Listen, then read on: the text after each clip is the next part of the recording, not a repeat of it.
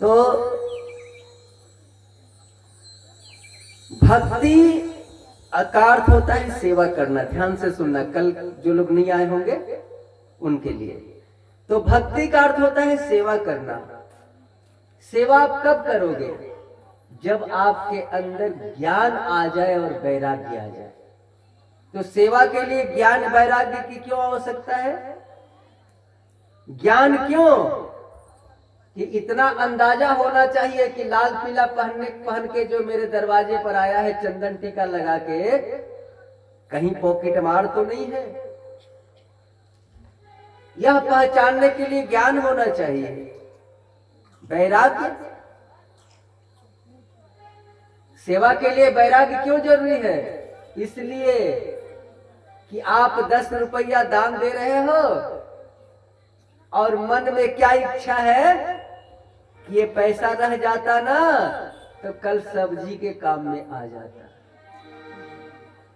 दान तो आपने दे दिया, लेकिन आपकी ममता रह गई, तो वैराग्य तो है नहीं, अज्ञान है नहीं, तो भक्ति तो होगी नहीं। तो कल इसकी कथा मैंने आपको सुनाई।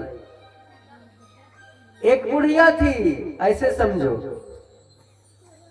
बुढ़िया खूब माला जपती थी, लेकिन उसके अंदर ज्ञान वैराग्य नहीं था। भक्ति तो थी, भगवान का सेवा। एक दिन माला जपने के लिए बैठी और अपने बहू से बोली, बहू देख हम माला जप रहे हैं, आग पर दूध की हंडी चढ़ी हुई है, उफनने से पहले उतार लेना। बहू बोली ठीक है माँ, आप माला जपो, हम उतार लेंगे। और तब तक बुढ़िया माला जपने लगी, एक पड़ोसन आ गई, बहू से गप करने लगी। अब बहू दूध उतारना भूल गई। अब बुढ़िया ने माला जपते जपते आंख खोल के देखी कि आग पर से दूध उतारी है कि नहीं उतारी है। तो दूध तो उतारी थी नहीं, आ दूध तो उफन करके नीचे गिर रहा था।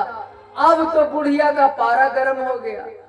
एक हाथ में माला का स्पीड बढ़ गया, जल्दी जल्दी माला समाप्त करे तो बहू की खबर लेंगे। लेकिन उसको इतना पता था कि भगवान का नाम लेते समय बोला नहीं जाता। अब वो बोले तो कैसे बोले? अब माला का स्पीड कितना बढ़ाई तो माला भी पूरी होने वाली थी नहीं। निकाल के देखती है तो पूरा दाना बाकी है। सोची कि अब क्या करें, कि पूरा माला जपने में तो सारा दूध गिर जाएगा। देखो, भगवान से प्रेम कर रहे और दूध की चिंता है, बोलो। तब बुढ़िया दिमाग लगाई क्या, कि दूध बचाने के लिए माला भी ना टूटे और दूध भी बच जाए। इशारा करती है,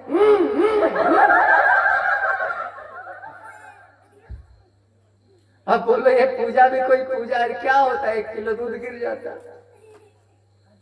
हम लोग भी वही कर रहे हैं। कथा भी खूब मन लगा के सुनते हैं, और जब यहां से जाते हैं ना तो कहते हैं छोड़ो कथा की बात। कथा की बात यदि सचमुच पकड़ लेंगे तो संसार का सुख ही नहीं मिलेगा। छोड़ो, हम लोग भी छोड़ देते हैं। हम लोग दोनों चाहते हैं क्या, संसार का सुख भी मिल जाए, तेरी मेरी वाला, तुम्हा फेरी वाला, वो फेसबुक, इंटरनेट, व्हाट्सएप, ये भी मिल जाए, और फर्स्ट डिवीजन का सर्टिफिकेट भी मिल जाए। बोलो ऐसा हो सकता है क्या? ऐसा कभी नहीं हो सकता। यदि आपको महंगामा जाना है तो नौजवानों याद रखना, मुहानी को छोड़ना पड़ेगा। लेकिन हम लोग क्या करते हैं कि सोचते हैं कि मुहानी भी रह जाए और महंगामा भी चल जाए। रात भर फेसबुक पर, फेसबुकिया शादी भी आजकल होने लगा, फ्रेंडशिप, तो रात भर उस पर भी गप्पे मार ले, चद्दर ओढ़ के, ताकि माता पिता सोचे कि मेरा बेटा बेटी सो रही है, यहाँ कुटुर कुटुर चल रहा। इतना स्पीड से दोनों हाथ चलता है, हमने देखा है कभी कभी, इतना तेज, पलक भी नहीं गिरता। इधर खुटुर खुटुर भी रात में चल रहा है, और उधर आप सोच रहे हो कि हम आईएएस अफसर भी बन जाए। कैसे होगा बोलो? नहीं हो सकता।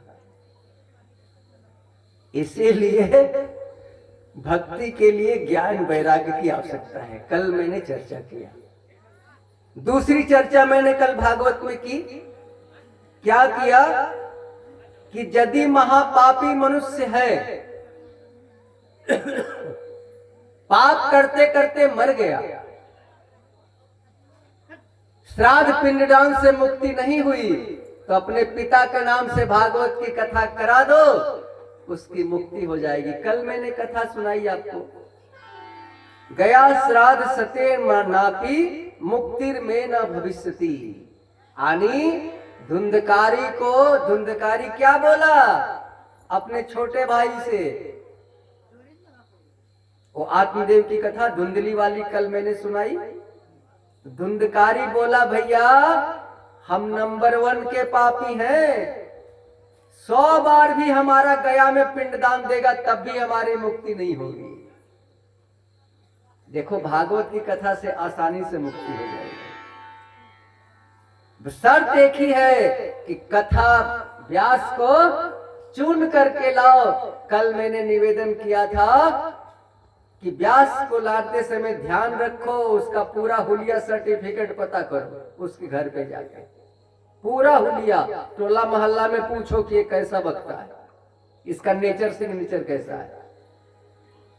अरे इसमें लिखा हुआ है कि जिस तरह से बेटी का पिता अपने बेटे के लिए वर ढूंढता है, उस तरह तुम भी कथावाचक को ढूंढ के बिठाओ मंच पर, नहीं तो हम तो डूबे हैं सनम, तुम्हें भी ले डूबेंगे। फिर तो नाच गाना में 3 घंटा बिता के और दक्षिणा लेके चले जाएंगे। ऐसा व्यास मत चुनना, इस तरह से मुक्ति नहीं होगी। मुक्ति के लिए वैष्णव साधु पुरुष का चयन करके मंच पर बिठाओ, मुक्ति हो जाएगी। इसके बाद आत्मदेव की पत्नी थी धुंधली, और आत्मदेव को महात्मा ने फल दिया था कि अपनी पत्नी धुंधली को खिला देना, बढ़िया बेटा होगा। कल मैंने निवेदन किया, ये धुंधली पत्नी क्या है? ये आत्मदेव कौन है? आत्मदेव है आपके अंदर का जीवात्मा, यानी तुम ही आत्मदेव हो। तुम शरीर नहीं हो, तुम जीवात्मा हो, शरीर में रहते हो। तो तुमको तो संत का फल मिला। धुंधली बुद्धि इसी का नाम है। संशयात्मक बुद्धि को क्या कहते हैं? धुंधली पत्नी। इसमें कथा जो है कि पत्नी का नाम था धुंधली। ये धुंधली कौन है? आपकी वही गड़बड़ वाली बुद्धि। इसको संत का फल खिलाओ, बढ़िया बेटा होगा गोकर्ण का जैसा। लेकिन धुंधली ने फल नहीं खाई, यानी बुद्धि ने कथा की बात नहीं मानी, तो धुंधकारी घर में आ गया, सत्यानाश हो गया। इस तरह से कल मैंने महात्मा की चर्चा आपके बीच रखी, और अब भागवत की कथा आरंभ हो रही है। बिल्कुल शांति बनाए रखें, और कथा हम कौखो की भाषा में समझाते हुए चलेंगे। भागवत में 365 अध्याय हैं, 18,000 श्लोक है। समय के अनुसार श्लोक थोड़ा कम बेसी हो गया है, छपते छपते। तो 18,000 श्लोक, 365 अध्याय, और भागवत को 12 खंड में बांटा गया है, 12 स्कंद। 7 दिन में कहने की परंपरा है। अब बताइए कि इतनी मोटी